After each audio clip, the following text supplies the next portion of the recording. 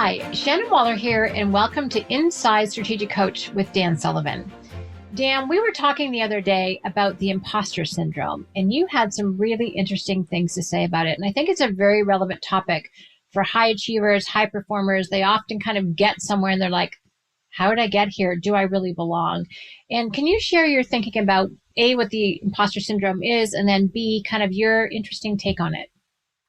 Yeah, well, first of all, it's not something that I've particularly experienced. I want to say that. But it came up because I got hit by surprise with a question on another podcast. And somebody said, what's your explanation of the imposter syndrome? And I've read about it, and I understand it's a big deal in all sorts of areas where people can achieve a lot of public fame. Usually it goes along with being known for something, and you get a lot of respect, you get a lot of admiration, and you have kind of like a celebrity status. It could be world celebrity or national celebrity, but just in the circles that are important to you, you have celebrity status. And people think that you're capable of great things simply because you've achieved something. And the problem is you don't feel it at all. And you feel that they are just looking at what they can see, but they're not really seeing the turmoil that you're going through inside, or the self-doubt that you have, or the anxiety that you have. And you're comparing the feelings of anxiety, your negative feelings inside, with their external praise, positive praise, and these clash. Right. Okay. And you say, well, I'm not who they think I am. So, very quickly, we have concepts in Strategic Coach deal with the experience of progress, the experience of achievement. I mean, that's the mainline experience that we provide in Strategic Coach, that you can actually create constant, never-ending personal success into a system that's a function of teamwork that you have, of the kind of organization that you can create. And instead of being something unique or unusual, it's something that's normal, that you're always achieving and growing. But I will say this, I went back, as a result of the question, I said, what I've noticed about something, that when I start a project that at the other end is a big achievement, it'll be both bigger and better. In other words, if we achieve this, and usually it has to do with marketing, it has to do with creativity, it has to do with the production of some new thing in the world that moves us along. What happens to motivate yourself to go that, you imagine the feelings that you're going to have when the achievement takes place. Okay, so you have to imagine them because they're not the feelings you have right now. You're saying, this is how I'm feeling right now, but when I have this really big achievement, then I'm going to feel this way, and I'm going to feel really very, very different. Then you have the achievement, and other people are now responding to you very differently than they were responding to you before. But you notice that you feel exactly the same way as when you started. And you say, something's wrong, something's wrong. Okay, I can't be the person they're talking about because I don't feel that I am that person. And I'm an imposter. I'm not who other people think they are. And I'll give you an example, and it was a very striking one. It was a long-term study done over 25 years after astronauts had gone to the moon. Right. Okay, and there were quite a number of them. There was a dozen or so astronauts who went to the moon, and they followed them after they got back, and they found out that all of them had severe nervous mental troubles, breakdowns, addiction, alcohol, because, think about it, being the first person who landed on the moon, first human, all this, tens of thousands of wondering about the moon, and we could actually stand on the moon, we could be on the moon. And there's this notion that the achievement is going to transform you as a human being. Right. So you come back and you get a ticker tape parade down Madison Avenue in New York. You're invited to the White House. You meet the President of the United States.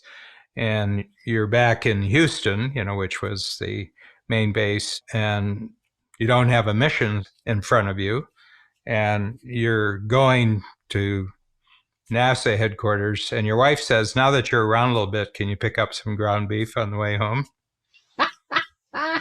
Oh dear.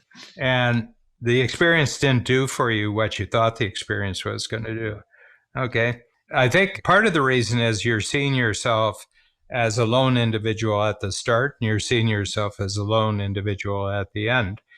The other thing is you're imposing a present feeling on the future. So you're actually being governed by a feeling you had in the past. So you're not allowing yourself, with the new capability, the new opportunity that has resulted from the achievement, you're not allowing yourself to develop new feelings for this new situation. So you don't allow yourself to normalize yourself at a higher level of capability and opportunity.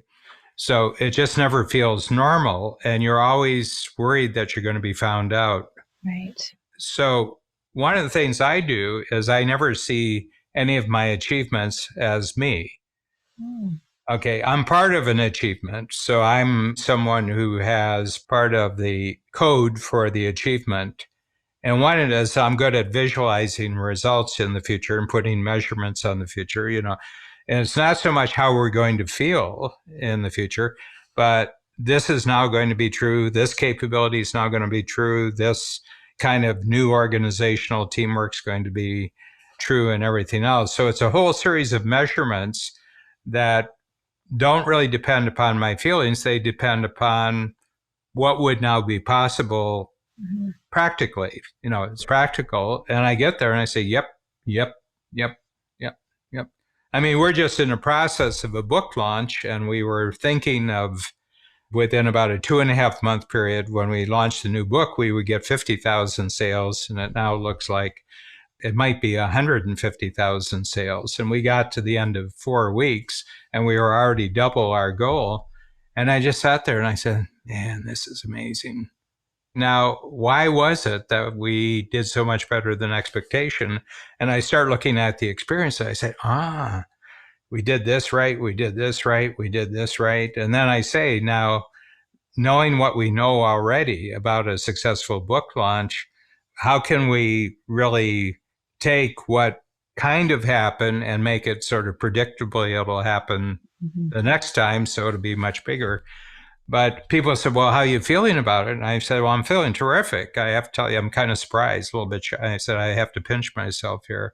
But I said, it's a great book. I mean, it's the Who Not How book. And I said, there's something magical about this book. And the thing is that it was done in collaboration with other people. More and more I find, and I'm just thinking about this now because you got me on this subject, that what I'm feeling is the teamwork feeling. Right. I'm feeling the collaboration feeling. I'm not feeling my individual feeling. Okay, I'm part of it. But my greatest feeling is that I'm part of something 4 weeks later that's a lot bigger than I was a part of 4 weeks ago. And when you set the goal, Dan, it wasn't for the feeling of, the initial goal, whatever that was. It's because you wanted a really particular result. So I think it's interesting. So no one wants to feel that imposter syndrome. That degree of self-doubt is not fun. And people can they end up, not to get too psychological, but they can end up sabotaging themselves, questioning, not stepping or striving out further because they're kind of scared that it's not real. So I think there's a lot of consequences to it. So how can people shift this? How can they look back and actually go, oh, okay, I'm not an imposter. Everything I've done so far got me to this point. How can they have more confidence? This came up in a conversation actually with someone I'm really close to. She goes, oh yeah, I feel like a bit of an imposter. And I was like, hang on a second. We were just talking about that. So what advice would you give for how people can get out of that mindset or focusing on feelings instead of focusing on the results as you talked about? Yeah, well, I've touched on this and I really haven't developed the thought fully. But I think it's just that partially, I think maybe if I was 25 years younger, I would not be having as fully enjoyable feeling about the achievement as I am right now. So in order for myself to be increasingly excited about my future at age 76, it can't be about me. It's got about me in teamwork, me in collaboration with other people, and we are achieving it. And then I'm getting all the feedback from the other members of the team. Isn't this amazing? And everything else. And I'm enjoying their feelings. I'm enjoying their feelings. My feeling is that I did my part in a really good project and we created great teamwork and we've had a better than expected result. And it's not a great thing. It's not a great thing to pull off as a team. So I think it's the seeing yourself as an isolated individual that's part of it. If you're isolated at 20 and you're isolated at 70, you've had no difference of experience or feeling your entire life. Doesn't matter what you did during the 50 years from 20 to 70, you will have exactly the same feeling that my achievement isn't giving me any happiness. And I think it's because that feeling you had, it was about the feelings. It wasn't about the achievements, and the feelings haven't changed. No achievement is going to make any difference to your feelings about yourself. So I don't have feeling goals. No, you don't. You've got capability goals, you've got teamwork goals, you've got results goals. And that's actually one of the things, Dan, you were saying, you haven't experienced the imposter syndrome. But I realize one of the things you do extraordinarily often and well is you are incredibly articulate about the results that you're after. So all of your mental and emotional energy goes into getting really, really clear on what it is that you want to have happen and communicating that really powerfully. I'm thinking of our brilliant tool, the Impact Filter, which is available in our cool little ambition series called the Extraordinary Impact Filter. But that's the starting point for you for every single result that you are committed to, is you really get clear on the purpose, the importance, the ideal outcome, best result if you do take action, the worst result if you don't, and then the success criteria that will ensure the best and prevent the worst from happening. My sense is that really anchors you in the result, not the feeling. I suspect that for a lot of people, it's actually they don't have as well formed and well thought out and well laid out goals. And so the feeling part actually is a little distracting. Yeah. But you anchor yourself so clearly. And by the way, that's also your communication tool for the teamwork, which is pretty cool. So that's kind of one of my clues as to probably why you haven't gotten stuck in that trap. Well, my feelings are my feelings, but what I try to do is I try to keep my feelings up to date in the sense that I'm not going to be requiring that when something new happens that I'm going to feel the way I felt sometime in the past. I'm not going to judge my present activities by my past feelings. My feelings are up to date. I'm feeling something totally different 4 weeks after the book launch. They're new feelings. Wow, it's amazing. And I share this with other people and, I said, neat. Well, and Dan, in our last podcast, we talked about the gap and the gain. And so in terms of keeping your feelings current, you really reflect on progress a lot. And I think, again, without that kind of systematic process that you have for measuring your progress, it might be more challenging to keep your feelings up to date. So that's another piece of this puzzle, it strikes me. Yeah. I think these concepts are all part of a piece, and that is our main medium for human experience is achievement over time or lack of achievement over time. So one is be an achiever and not a non-achiever. And the other thing is when you achieve something, enjoy it. Don't judge yourself badly. No, I think we're all about achievement, and I mean, the achievements can take a million different forms in human experience because people have a unique take on who they are. They have a unique take on what their future is. So it's going to produce a whole endless series of very unique experience. But you're always going to be about this. You're always going to be doing this. So have a happy button installed. I love it. Dan, one last thought before we wrap up this conversation. You've been talking about experience, and that's another part of this. You putting incredible value on your past experience and your past progress. So again, you're up to date with your increasing capabilities and teamwork and technology. And it strikes me that that's another component of this, is because you're always current with your feelings and with your progress. So it's not a mystery. It's not a surprise. It's a delight, but it's not like you feel like you're faking it because you've been very conscious and very aware. Can you just talk about your mindset about reflecting on your experience? Because again, that's something not a lot of other people have. Yeah. And as I'm thinking it through, and I had some thoughts from the other day when I was challenged to say something useful about the imposter syndrome. And I said, my past is very alive and active and accessible. So, first of all, there's nothing I'm trying to get away from. Right. Okay. So, I think the desire to get away from your past kills your past. It deadens it. It's not available. It's not useful to you anymore. Any experience that you want to get away from, it immediately becomes non-useful to you. Okay. And the other thing is, each person's past happens only in their head. Right. First of all, I haven't a clue of the endless dimensions of your past. I just don't know. I can ask you questions about it and everything else. The only thing I can do is say, oh, how did you handle that? I don't know what I'm asking about when I ask the question, and it's all new to me when you do answer the question. So I think your past is entirely your creation.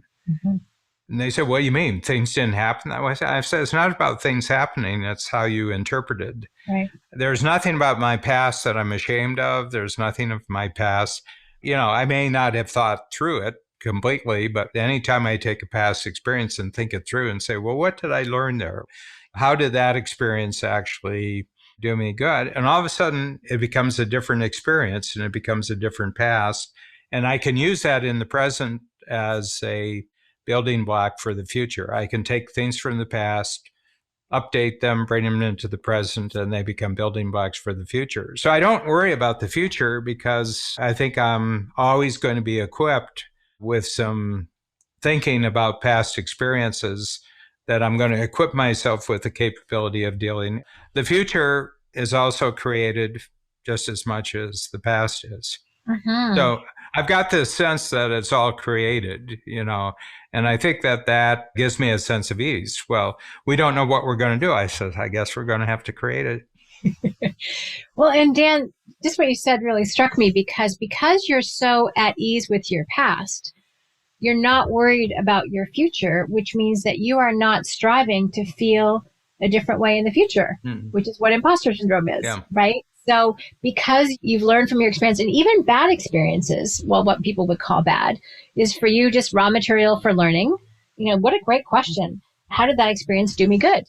You can use that to transform a negative thing because it may have made you stronger. It may have made you more resilient. It may have taught you what never to do again. But all of it is for your good, is kind of your lens that you're looking, and that you can make it useful. So that's fascinating. This is really interesting. Okay. Yeah. Very good. And it's endless. Anytime you want to go back there, you're going to find something interesting and new. You're always going to be finding out new things about your past, It's almost like it's part of your present. Your past is part of your present, and your future is too. Yeah. Yeah. So there's never anything you're trying to escape from, and nowhere other than today is where you're trying to get to. You have goals and ideas, but you're quite happy in the present. Yeah. I think that's what everyone aspires to.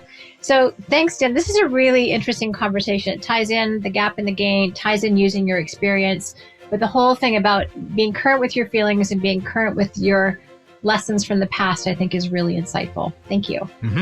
Thank you.